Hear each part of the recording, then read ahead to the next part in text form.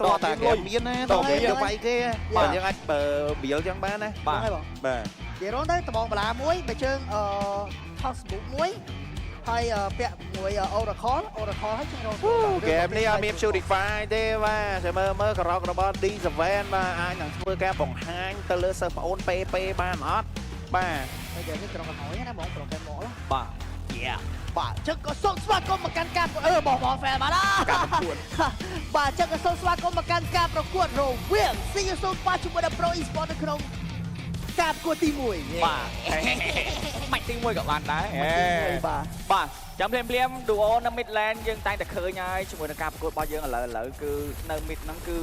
គេអត់បលែង Midland ចោលទេបាទសារផុកឈើណា Hero នោះអត់ខ្លាចគេមានបាទព្រោះសារវាជះឈាមហ្មងវាមាន Regen ឈាមមកវិញតែបាទពេលដែល Minion ច្រើនកាន់តែ Minion ច្រើនឬក៏ Hero នៅចិត្តហើយវាជះទៅវាបានទាំងអស់តែពេលខ្លះមក bet អាឡៃហ្នឹងគឺតំណងយកហ្មងបាទគិតថាដាច់តែអត់ដាច់វិញឥឡូវនេះតួអីបាទវាបាត់ឡែនតិចបាទយើងមើលចាំងកទាំងសងខាងព្យាយាមលេខ3ទៅហើយដល់គាត់គិតឡើងឈាមអូសាស្គនកភ្លាមអ៊ីស៊ូក៏មកដល់ជាមួយការបោក Shadow មិនឲ្យក្នុងក្រោយ First Blood ជាមួយនឹងការបញ្ឆោតពីសាយបញ្ឆោតការបញ្ឆោត good បាទក្ប៊ីបាត់ជា improve លឿនមែន improve better អូ Shadow ធ្ងន់កណាបាទអាយ៉ា Felix កំពុងតែធ្វើការដាក់សម្ពាធបាទទៅលើShadow ផងដែរបាទឥឡូវ Shadow ចាប់ផ្ដើម low ហើយបាទបាត់ map អស់ដូចគ្នាFelix ក៏អត់ចេញ Shadow ក៏អត់ចេញបាទ Isu ទៅហើយ Isu មាន level 4ព្រាមបោះ Shadow ចំអត់មាន stack ទេបាទមិញបោះចំមិញដាច់អត់មាន spell នេះផងអត់មាន spell ឈាមហ្នឹងបាទ Kane ក៏មកដល់ជាមួយនឹង D7 វាយម្ដាយប៉ាំងដូចគ្នាមកដែរភ្លាមគាត់មាន aim ដូចគ្នាទៅសារពេញជាមួយនឹង passive បាទអូ game នេះ Cloud យកតាក់ speed វិញ level 4មកដែរជាមួយនឹង Felix ភ្លាមជាមួយនឹង Total មានការ spawn មកពី Pro Esports អីយ៉ាបបចំបោកវាយជាមួយនឹង Kane ដែរទេបោះស្មៅចំដូចគ្នា Isu អានេះមានបញ្ហាបោះមកខាងអស់ស្មៅលេជាប់បោះ Shadow បោះ ultimate ជាមួយនឹងការ counter មកវិញដូចគ្នាមកដែរភ្លាមIsu បាទបោះជាមួយនឹង Isu អូ chaos damage ពីសាប៉ុន្តែមានការចាប់ខ្លួនពី PP ដូចគ្នាមកដែរធ្លាប់ជា team ជាមួយនឹងគ្នាប៉ុន្តែថ្ងៃនេះគឺអត់កាត់ទេវាយយកតែម្ដងភ្លាមជាមួយនឹង Total មានការបុកវាយយកពីសមាជិករបស់ខាង team CU0 មានការ split បុកយកតែម្ដងជាមួយនឹង Total team 1 secure ពី CU0 មានការដេញបុកវាយជាមួយនឹង Felix ជាបន្ត Felix ចាយ flicker មួយដកថយមកFelix 2នាក់ D7 1 Felix 1ប៉ុន្តែបើមិញយើងក៏បានឃើញដែរជាមួយនឹង Isu គាត់បោះ Shadow លឿនពេកណាបាទសំខាន់បោះលឿនហើយបោះអត់ត្រូវទៀតហ្នឹងបាទសំខាន់ការចាយជាមួយនឹង Shadow របស់គាត់ហ្នឹងគាត់ fail ហើយមិញបាទគាត់មកក្រោយវិញទៀតបាទបើគាត់ទៅហ្មងទៅមុខឲ្យផុតហ្មងអត់អីទេមកក្រោយជួបជាមួយនឹង alert បាទអញ្ចឹងកន្លែងមិញហ្នឹងគឺជា mistake ដែលចេញពី Izu មកផងដែរដែលដាច់គាត់ធ្វើឲ្យKen បាទធ្វើការ retrieve ជាមួយនឹង Total free អត់មាន level 4ទេចាប់ stand ជាប់ខ្ចប់មកខាងក្រៅជាមួយការបុកពួនវាយយកតែម្ដងទៅលើ D7 level 4ប៉ុន្តែបានបុកទេក៏បុកវាយទៅដល់ទៅលើ D7 អូយមានអារម្មណ៍ថាពេលគាត់ធ្វើបានល្អខ្លាំងមែនទាំងដែលដឹងថា D7 អត់មាន flicker ទេបាទមិញហើយ level 4អត់ទាន់មានទៀតបាទចឹងផ្ដាច់បានមកគៀបន្ថែមទៀតហើយពីវត្តមានរបស់ CU0 តែមិនទាន់លីតអីហ្មងទេគោលScar Hunter Strike ក៏បានចូលទៅលើនេះដែរគូសែនបាទគាត់ពាក់ស្បែកជើងផងបាទគាត់បង្ខំ first item យកហ្មងបាទបើសូល Sky Server អីទៀតបាទមិញ Vicky ក៏ចឹងដែរ Sky Server first item ដែរបាទគាត់ដើម្បី secure ចង់បាន kill early game បាទចាំ stack Sky Server អូចេញ Oracle បាត់ហើយសម្រាប់ Shadow បាទហ្គេមមិនទាន់ជាការប្រកួតមិនទាន់ជាធ្វើការលើសទៅលើ goal ប្រហែលទេបាទគ្រាន់តែយើងមើលទៅ mistake បាទដែលចេញពីខាង Pro Esports ហ្នឹងគឺចាប់ផ្ដើមមានរៀងគួរសមដែរបាទយ៉ាងនេះអូខ្ញុំភ្លេចមើល Asira អាចនឹង Sky Pressure អត់ហ្គេមនេះអាចនឹងគាត់ពាក់ព្រោះដោយសារអត់មាន hero ណាពាក់អីតែមិញណាគីឡូវិញវាយមើលអត់ដល់ទេអូនមើលអត់ដល់តែបើសិនយើងគិតទៅលើ hero ទាំង5ហ្នឹងមានតរ៉ាឯងពាក់បានFelix មកពុះខ្វាត់បាត់ហើយបាត់មកជាមួយនឹង Felix បាត់ទៅហើយជាមួយនឹងអូមុន objective ទៀតបាទហ្នឹងហើយហ្នឹងជាចំណុចដែរល្អសម្រាប់ខាង CU0 នេះបាទមុននឹង total កើតគេផ្ដាច់ទៅលើ EAP មួយប៉ុន្តែកន្លែងនេះដូចជាកើតតន់ទេតែចាំមើលមកអត់មកតាន់បាទមកតែមានអ្នកបើក map អត់ព្រោះដោយសារអត់មានជាមួយនឹង Felix បាទទី spam ជាយាមចង់បើក map ដូចគ្នាផងដែរ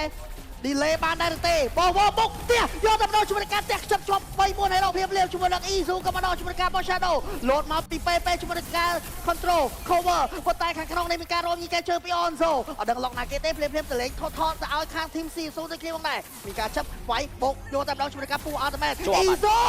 បាត់បោកជាមួយនឹង Isu បាត់ទៅហើយ ខ្ញុំមានអារម្មណ៍ថាការ set up team fight របស់ CSU គឺគាត់ស្រស់ដៃគ្នាណា បាទ តែបាញ់មិញនេះមកបែតឲ្យតែ D7 គាត់លេងលឿនពេកអត់បងបាញ់មិញព្រោះដោយសារតែវត្តមានរបស់ Felix មកអត់ទាន់ បាទ communicate ហ្នឹងបាទនិយាយមែននៅក្នុងការប្រកួតនៅក្នុងទី1នេះបើយើងមើលទៅការប្រកួតមុនគាត់ប៉ាស៊ីយូហី បាទ fail មិនឥឡូវនៅអញ្ចឹងមានអារម្មណ៍ថាគាត់ដូចជាអត់ទៅរីកចម្រើន បាទ អាហ្នឹងយើងនិយាយមើលតាមមើលឃើញ បាទអញ្ចឹងយើងក៏ភ្លេចជាមួយនឹង sponsor របស់យើងដូចគ្នាជាមួយនឹង Cell Card បានពេជ្ររហូតដល់235ពេជ្រនឹងលេង អូ Mobile មិនឆោតទេ Count the make បុកវាយទៅលើ Shadow យកដល់ Shadow Flicker Flick តាមបាទកវីដាច់យកតែម្ដងទៅលើ Shadow បាទហើយ បាទ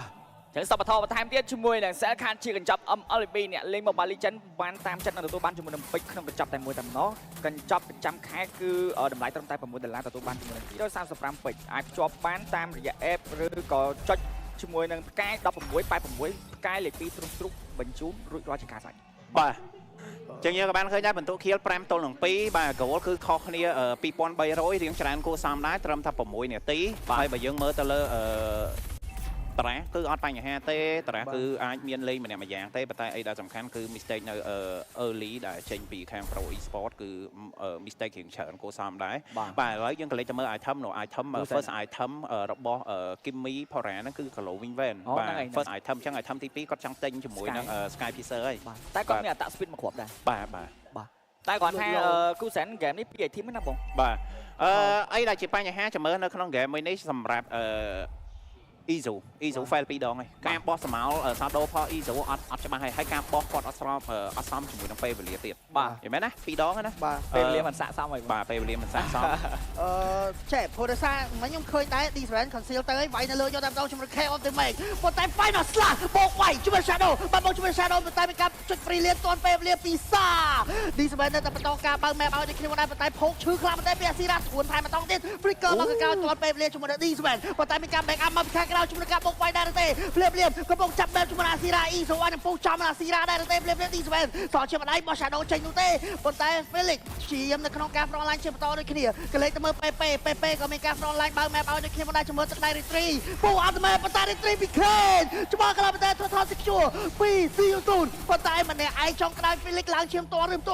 ពីដកថយតពេលវេលាទៀតអូបាញ់មិញអាតមេរបស់ Isu ខ្ញុំមានអារម្មណ៍ថាឆ្ងាយពីការ retreat យក objective ខ្លាំងមែន បាទប្រហែលជា retreat ដល់ព្រោះសារពេមិនគាត់ឆ្លាតនៅពេលដែលចូល RT ក៏រត់ចេញពី objective យកមកបាទអញ្ចឹងវាជាចំណុចល្អសម្រាប់ឲ្យ Ken គាត់ retreat យកជាមួយនឹង objective មួយនេះក៏ដូចជា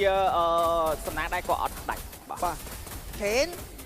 មានការផុសបាញ់ដូចគ្នាផងដែរពីគូសែនអញ្ចឹងយើងក៏លេចទៅមើល hero ក្រកហ្នឹងមិញ D7 គឺយើងឃើញថាគាត់ធ្វើបានល្អហ្នឹងហើយព្រោះ RT ក្រកហ្នឹងវាបុកយូរយល់អញ្ចឹងគាត់បោះអាវ៉លហ្នឹងគាត់ flick ទៅវាយទី1ដើម្បីឲ្យទុំ knock back ហ្នឹងបាទភ្លាមលោតជាន់ ultimate Felix បាយដល់ស្លាប់តែ Flicker counter មកវិញប៉ុន្តែបាត់បង់ជាមួយនឹងពេបាត់ហើយអូខ្ញុំមានអារម្មណ៍ថា ultimate របស់ពេលោត2ដងលោតចេញណាចេញបាទតែបើគាត់ថា hero ដែរអានោះមានតែនេះហ្នឹងមានតែ D7 ហ្នឹងបាទព្រោះវាយម្ដាយទី1ហ្នឹង knock back បាទអូ D7 តួសាច់បាត់ final slash ជាប់2រោ Felix នៅតែ front line ប៉ុន្តែគូសែនបាញ់យកទៅលើ Shadow មានអីចាក់ទេចាក់ចូលទៅ orange បើដកថយតាន់ពេលវេលាបាត់ហើយបាទណាមួយមិញមាន flick ហ៎បាទអត់ចំណាយ flick បាទប៉ុន្តែមិនមិញមកចំណេញ objective ហើយចំណេញបានទី1ត្រែនៅខាងផ្លូវបន្តឡើងទៀតតែហ្គេមនេះកុំនេះណាគូសែនបាទ2 kill ណាបាទគូសែនមានបាទអូយបាទ Go ខុសគ្នា1700ទេបាទយើងចាំមើល Cloud មិញក៏ចាប់ផ្ដើមចេញជាមួយនឹង item បានច្រើនដែរដូចជា Demon Hunter ក៏ចាប់ផ្ដើមវាយទៅលើ Yuno ក៏ដូចជាក្រកាន់តែឈឺអីបាទជា Final Slash Shadow អានេះគ្រោះថ្នាក់ប៉ុន្តែសមាជិករបស់ខាង Team CSU ដល់9រូបពីការបោកវាយទៅលើ Felix បាត់បង់ Felix បាត់ហើយប៉ុន្តែសមាជិករបស់ខាង Team Pro ចង់មក back up ចង់មក cover ក៏ cover អត់តាន់ប៉ុន្តែមានការ conceal អាចនឹងបោកវាយដែរទេ Kane នៅតែបន្តនៅក្នុងការបើក map front line បានយ៉ាងល្អដូចគ្នា អូតែខ្ញុំមានអារម្មណ៍ថាសម្រាប់ goal lane ទាំងសងខាងនេះគឺមានលុយទាំងសងខាងយកបង អនសូបុក flick បុកវាយបាត់បង់ជីវិតជាមួយនឹងអនសូបានហើយបោះស្មៅដល់ខាងក្រោយជាមួយនឹងការស៊ីឆ្កែពី Isu ប៉ុន្តែ D7 ព្រីលៀនចោលមួយដូចគ្នាដើម្បីធ្វើការដកថយពីសាប៉ុន្តែបាត់បង់ជាមួយនឹង D7 បាត់ទៅហើយ អូយ Sky Piercer ពី Asira ក៏ចូលដល់20 stack ដូចគ្នា បាទ អូយ មិញចូលបើ មិញគេភិកអស់ចេញពី D7 គឺល្អខ្លាំងមែនទេតែផ្ដាច់ទៅលើអូនសូបាទ អូបានបើគាត់អត់ retry ណាមិញ Isu ហ្នឹងគាត់បោះជាមួយនឹងនេះបាន បោះសាដូចិត្តហ្នឹងបាទចិត្តហ្នឹង បោះនេះ ពីបានចូលបាន អត់ទេអត់បានទេ អត់បានទេបាទ Final Slash ខ្យល់បាត់ហើយ អា ប៉ុន្ យ៉ា តែ Isu មកពីខាងក្រោយចាប់ជាមួយនឹង Asira មកតង់ដាច់ Asira យកតែម្ដងធួនចាប់មិនចាប់នោះទេជាមួយនឹងការចាប់ទៅលើ Isu គឺ Isu គឺប៉ិតជាលឿនខ្លាំងមែនទេ មិនដែរធ្វើ3ដងមិនជោគជ័យមក យ៉ាងណាក៏មាន1%ដែរហ្មងតែបើមិនគាត់ធ្វើបានល្អខ្លាំងតែគាត់ថា Asira នៅពេលដែលគាត់ដាច់ពីដង Flicker គាត់ចាយយក តែមិញបើគាត់ចាយល្អគាត់គិតថាអត់បាច់មើលទៅ អត់ដឹងថាមិនដែរតែ stake បុកទៅលើគាត់តែម្នាក់ឯង បាទគាត់គិតថាប្រហែលជាអត់បាច់ បាទ Kane ចង់ព្យាយាមនៅក្នុងការចូលឡតដើម្បី retry Kane level 12 Isu ក៏ level 12ប៉ុន្តែ Isu អត់ទាន់មាន retry នោះទេ retry នៅ cooldown ពេញជាមួយនឹងការហោទីវ៉ាផ្ទះខ្យល់បានហើយជាមួយនឹង Shadow មកអាទីចុះ Bero ជាមួយនឹងការបុកហាជើងពី D7 Shadow ចង់ទៅណាសិតទៅសាច់ Kane ចង់ទៅណាក៏បិទបហានេះពុះក៏ឈឺដូចគ្នាដោយសារតែអត់សូវមានឈាមខ្មៅដូចគ្នាពេលលេខមានការបាញ់តួសាច់យកតែម្ដងពី Ra អាយ៉ា lost secure បានហើយពី Pro Esport បាទធ្វើបានល្អខ្លាំងតែបើមិនមកបែតនេះធ្វើឲ្យ Ken រៀងលងខ្លួនដែរ ដាក់តាក់ ហ្នឹងហើយ គឺល្អ team fight វិញនេះ អូបាទ បាទយើងក៏មិនភ្លេចដែរជាមួយនឹង Legend Cinema បាទបើសិនជាអ្នកទាំងអស់គ្នាចង់ទៅទស្សនាជាមួយនឹងភាពយន្តល្បីៗក៏ដូចជាកន្លែងដែលមានផាសុកភាពក៏អីធំផងដែរក៏ដូចជាមានហ្វូនទុះឆ្ងាញ់បាទកុំភ្លេចជាមួយនឹង Legend Felix អាចដាច់ព្រោះដោយសារអនសូបាញ់ឈឺមែនទេ Soft Flick តែ Golden Star អត់តន់ចាញ់អូសៀហៅអត់ចាញ់មកហើយនោះ ខ្ញុំគិតថាគួរចេញឬក៏12 បាទគូសែនសំខាន់គូសែនមានបាទគូសែនដូចជា40 stack ហ្នឹងណា បាទ បាទគូសែន40 stack ហើយសម្រាប់អូនសូអត់តមានជាមួយនឹង kill ទេបាទយើងចាំមើលនៅក្នុង game មួយនេះបាទ Lord បានទៅខាង Pro Esport បាទចាប់ផ្ដើម swing go ពីចាញ់គេ 3k ឥឡូវចាប់ផ្ដើមមក lead វិញបន្តិចបន្តួចហើយបាទ ខាងលើមានការ clear lot ដូចគ្នាក៏លេខទៅមើលសមាជិករបស់ខាង team CU0 បាទចង់ clear ជាមួយនឹង mid ប៉ុន្តែ clear បានទេដោយសារមាននាងធំបាទគូសែននៅតែបន្តការបាញ់ជាបន្តជាមួយការផោ Isu ចាប់ជាមួយនឹង Asira flicker ផុតប៉ុន្តែចំជាមួយនឹង also flash មកខាងក្រៅកណ្ដាលដៃដូចគ្នាជាមួយនឹងការបោះ Shuriken លៀម Kane នៅមុខតែម្នាក់ឯងតែម្ដងជាមួយការបោកវាយទៅលើ Kane ពេលលត់មក back out ប៉ុន្តែគូសែនបាញ់ដាច់មកហើយ Isu នៅបន្តជាមួយនឹងការបោះ Shuriken ជាបន្តជាមួយនឹងការបោះ Shadow Clone អាយយ Double kill ចូលទៅលើ Isu កាន់តែ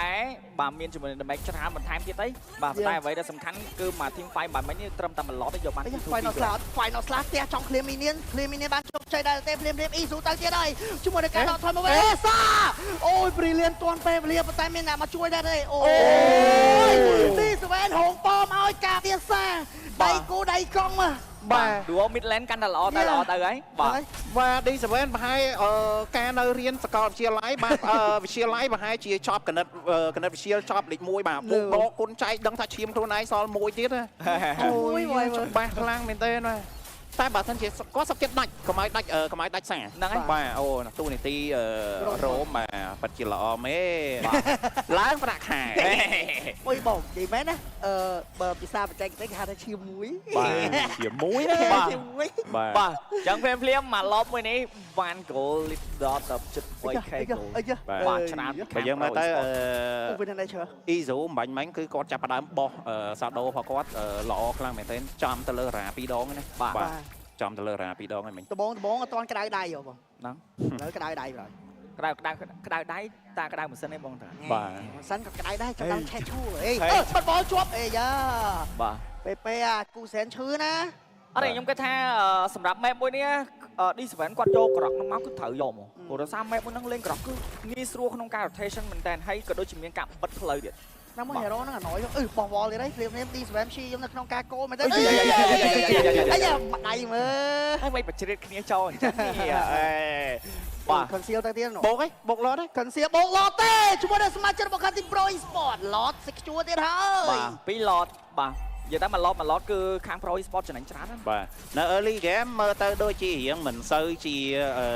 យល់ចិត្តគ្នាដែរមិនទាន់ជាមួយនឹងស៊ាំជាមួយនឹងបរិយាកាសបាទឥឡូវចាប់ផ្ដើមរៀងក្តៅម៉ាស៊ីនហើយបាទចាប់ផ្ដើមនិយាយត្រូវគ្នាហើយចេញពីខាង Pro Esports បាទចាប់ផ្ដើមនាំមុខ goal ទៅ 4400 វិញសម្រាប់ CU0 ជាមួយ CU0 គាត់អាចនឹងធ្វើការ defend ជាមួយនឹង lot ទី2បានអត់ ឆ្លាតណាស់ដបងថាឆ្លាតឡើងអត់វិញលោតសលេងផ្លូវវាព្រាមជាមួយតែជើសល់ជួយចូលបុកប៉មយកតែម្ដងប៉មនៅ mid lane ធាស៊ីត្រេតទី3យកបានអត់បានទេអត់ហ៊ានខ្លែឡត់អត់ទេចូលជាមួយ Shadow ផ្ទះ Final Slash ព្រាម stand មកតង់ព្រាមបោកវាយទៅលើ Felix វាយមិនឈឺទេចិនឈាមកណាត់បោកបុកវាយវិញ Africa ជាមួយការបុកហាប់ជើជាប់ពីរ៉ូព្រាម Final Slash យកតែម្ដងចាប់អ៊ីស៊ូជា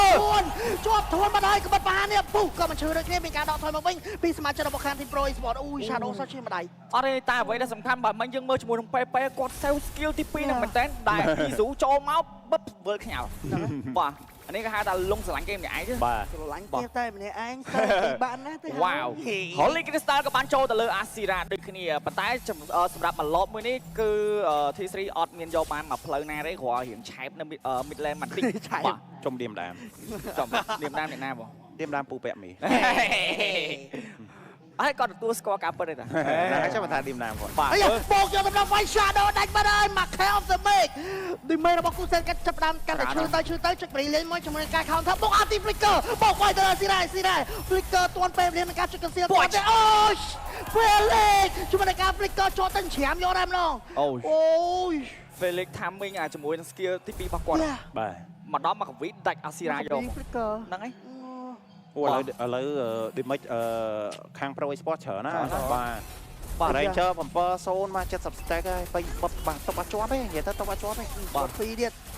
លេបបវជាប់ទៅលើ PP មានការធួនដើរចេញអស់ធួនណាអស់ B ហីបាទលេបមានការបុកវាយទេដែរទេឃើញចាប់ធួនជាប់ទៀតហើយยังไม่ได้បុកវាយដៃរឿងដែរមិនដាច់នោះទេ PP សោះឈាមម្ដាយលោតក៏មិនចេញអីក៏មិនចេញក៏បាត់បហានេះពុះយកតែម្ដងលៀបសោះច្បាត់ Felix ក៏ដូចជា D7 លងខ្លួននៅខាងក្នុងបាត់ទៅហើយបាទជាប់បែកមកធំអ្នកមួយទៀតបែកមកបាត់បុកអត់សឹងណាស់ជាមិនបេះទៀតបើសិនជាអត់មានជាមួយនឹង skill របស់ Shadow តែបាទចឹងយើងក៏លេងមកមើលជាមួយនឹងឯង team សម្រាប់គូសែនគឺ full ដូចគ្នាប៉ុន្តែសម្រាប់Onzo គឺនៅទេបាទគាត់ចង់បានជាមួយនឹង Malefic កាន់បន្ថែមទៀតសម្រាប់គាត់បាទឲ្យឡងពីហុចដងបាទហុចដងតិច fast lot បាទតិច fast lot អាចដែរព្រោះថាអស់ front line ធំតែបែបតនេះហ្នឹងហើយអត់មាន front line ពីរបាទ mini map អ៊ីស៊ូមានសាដូដែរទេវាយម្ដាយពុះយកដល់នោះបាច់វាយម្ដាយនេះគេជួយមាននៅឈើ counter អីយ៉ាទៅខាងក្រោយជាប់ពេអីយ៉ាបោះទៅបោះមកបាត់បងជីវិតជាមួយនឹងអ៊ីស៊ូបាត់ទៅហើយ